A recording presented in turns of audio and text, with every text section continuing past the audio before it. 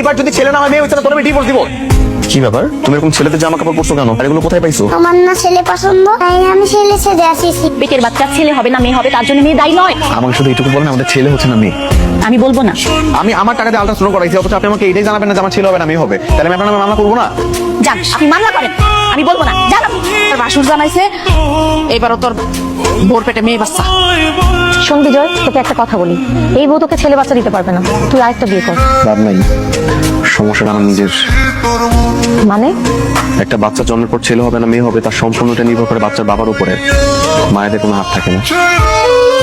আমি যদি 100টা বিয়ে করি, ফলাফল একই দাঁড়াবে।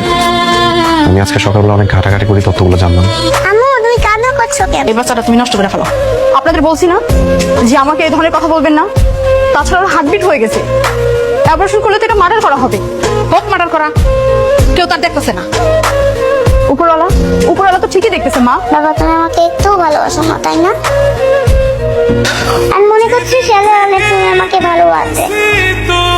আচ্ছা, না জানলে হয় না, জানলে কি হবে?